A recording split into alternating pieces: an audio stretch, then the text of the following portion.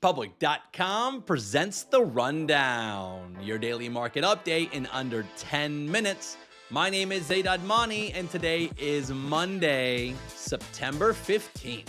In today's episode, we'll preview this upcoming week, including a Fed meeting and the TikTok ban. We'll also tell you why China just said that Nvidia violated antitrust law in a move by Elon Musk that is sending Tesla stock soaring. Then stick around to the end of the show to find out a crazy fact about Jensen Huang and AMD CEO Lisa Su.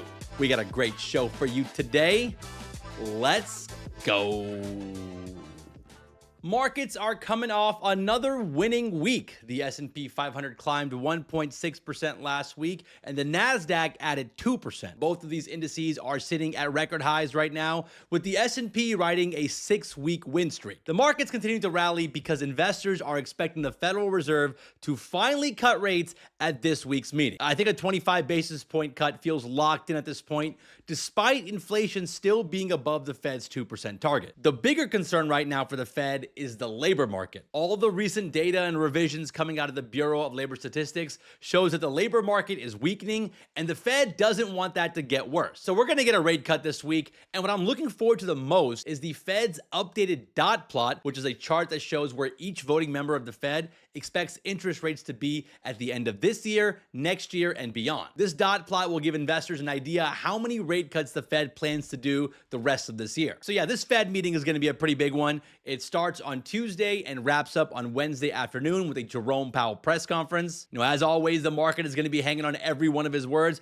I'm going to be tuning in, and we're going to be talking about this throughout the week. So make sure you guys are subscribed to the podcast to stay in the loop. Now, the other thing that I'm watching this week is the TikTok ban. Now, remember, TikTok was supposed to be banned in the US back in January because of a bipartisan bill that passed last year. But President Trump extended the ban 3 times already, with the latest deadline set for September 17th. That's this Wednesday. And according to a Truth Social post by President Trump just now, a TikTok deal might have finally been reached with China. Trump said he's expecting to speak to Chinese President Xi Jinping about this on Friday. TikTok is owned by the Chinese company ByteDance, and the US law states that TikTok cannot be majority owned by a Chinese company in order to continue operating in the US. But a sale of TikTok and its algorithm to an American company would require the approval of the Chinese government. So that's what made all this complicated and dragging out for months now. US and Chinese officials have been in Madrid for the past couple of days, negotiating everything from trade and this TikTok ban.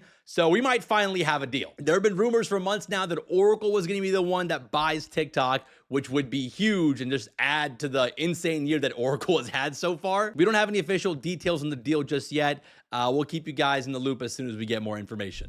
Let's run through some headlines, starting with Nvidia. China has accused Nvidia for violating antitrust law. This goes back to Nvidia's $7 billion acquisition of Mellanox back in 2020, which Chinese regulators originally approved. Mellanox is an Israeli tech company that makes networking gear for data centers, and when China originally approved this deal years ago, it came with strings attached, mainly that Nvidia had to promise not to discriminate against Chinese companies. Now, fast forward 5 years later, Beijing is saying that Nvidia broke those rules. Chinese regulators haven't spelled out exactly how Nvidia violated the terms, just saying that they did, and they're going to keep investigating. The timing of all this is probably not a coincidence, because over the weekend, China said it was launching an anti-dumping investigation targeting certain American semiconductor companies. We're going to talk more about that in a bit. As I said earlier, US and Chinese trade officials are meeting in Madrid this week to discuss trade and a bunch of other stuff. So this is a way for China to create some leverage in their negotiations by launching investigations into US chip companies. Unfortunately for Nvidia, they just continue to get caught in the middle of it. The US government restricted Nvidia's most advanced AI chips from being exported to China. At the same time, the Chinese government is telling Chinese tech companies to avoid Nvidia chips altogether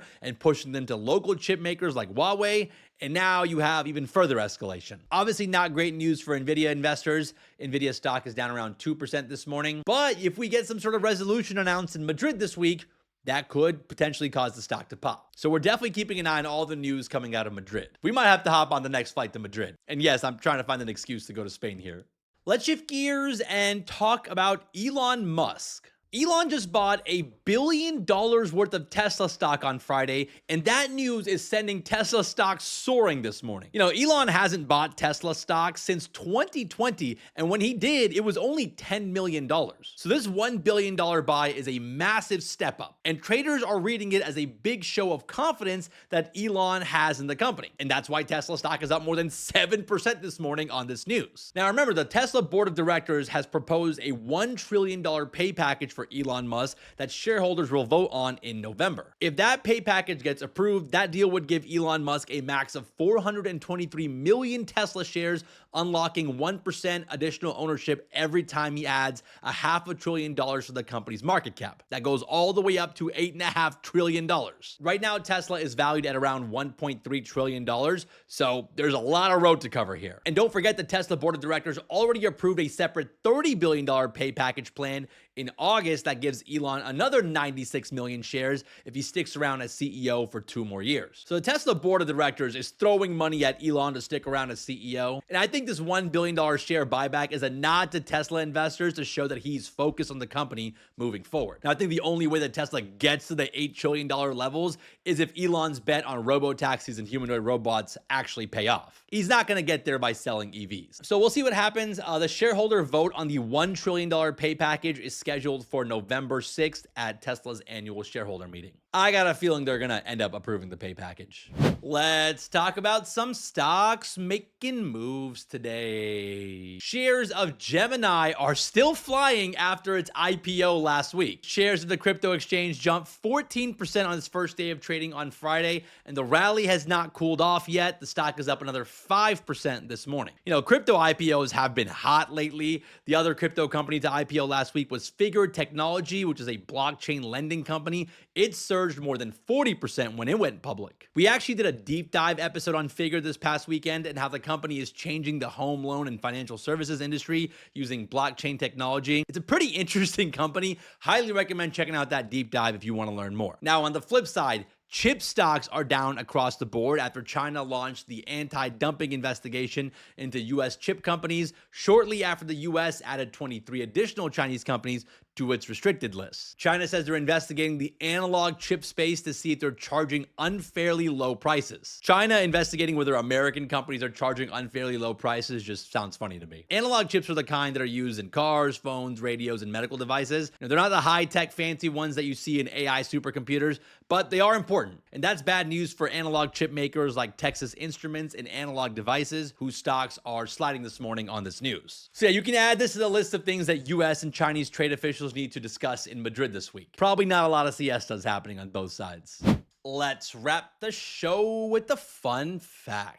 Nvidia CEO Jensen Huang and AMD CEO Lisa Su are distant cousins. Jensen Huang's mom is the sister of Lisa Su's maternal grandfather, so that makes them first cousins once removed. Yeah, I think I have that right. Now, while both of them were born in Taiwan, they didn't actually grow up together, like they didn't know each other as kids. In fact, they met each other for the first time at a chip industry event. Imagine showing up to a work event and realizing that your biggest competitor is a family member that you didn't even know about. So yeah, I just find the fact that 2 of the biggest chip CEOs are related and leading the most important companies in the world right now. I gotta say though, both of them definitely got the charismatic genes from the family tree. That's for sure.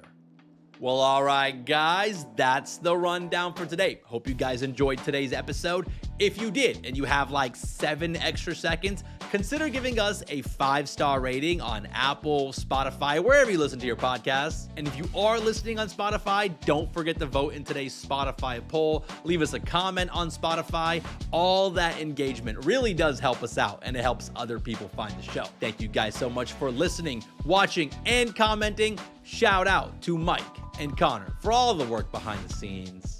And we'll see you guys back here tomorrow.